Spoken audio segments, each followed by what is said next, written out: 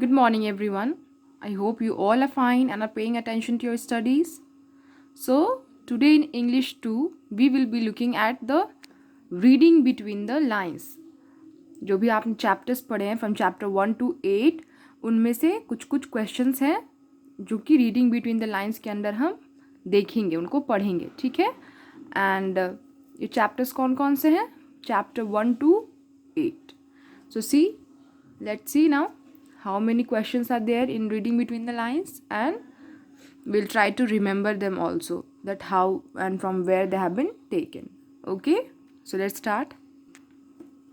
First one is, the dash helped Miss Dr. Dolittle to learn animals language.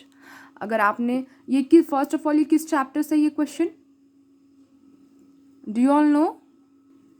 So this question is from the chapter The Story of Dr. Dolittle.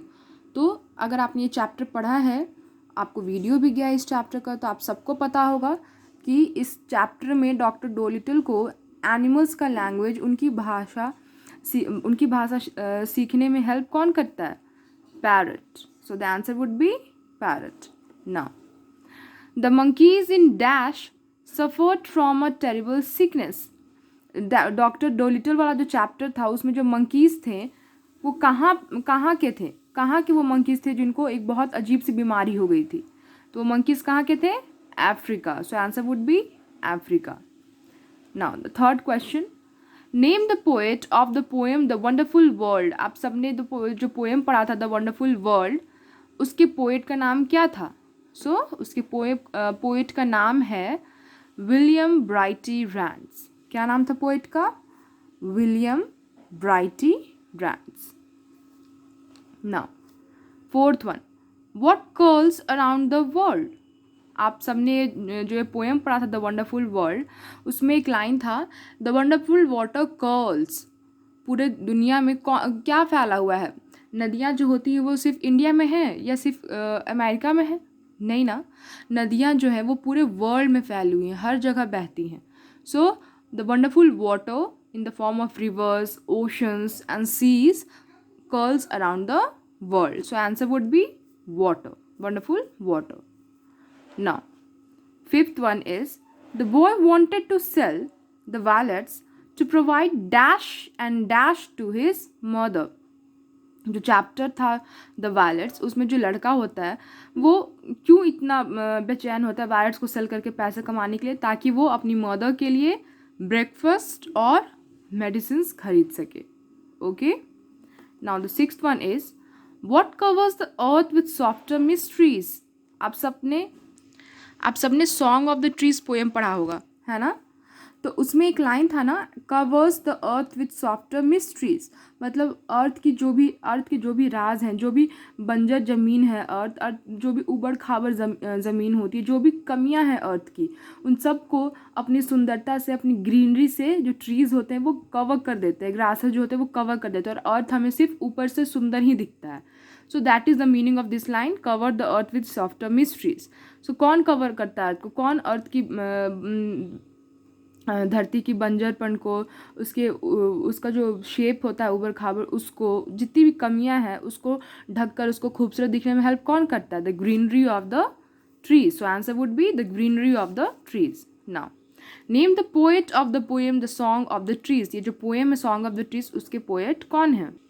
So the answer would be Mary Colborne Veel. The poet of the poem song of the trees is Mary Colborne Veel. Now, trees provide man with his necessities such as dash and dash.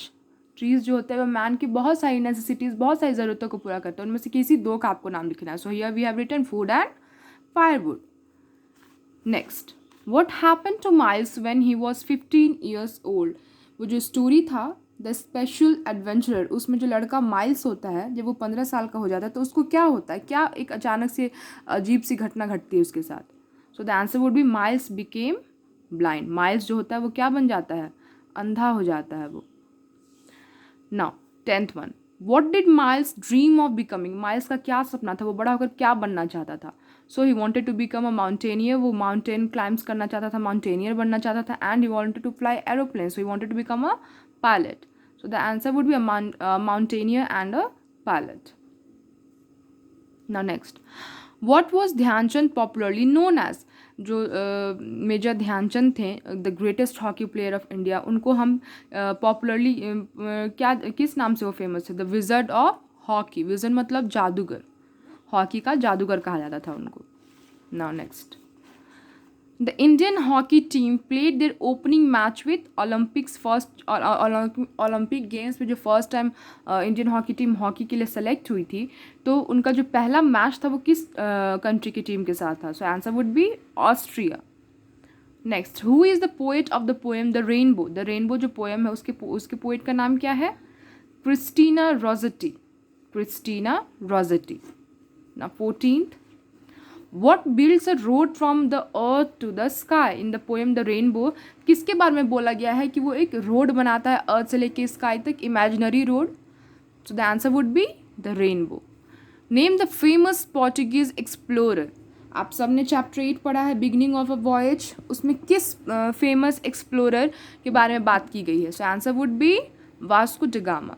So that's all in reading between the lines. I want you all to write it down in your copies and learn it. That's all for today. Thank you.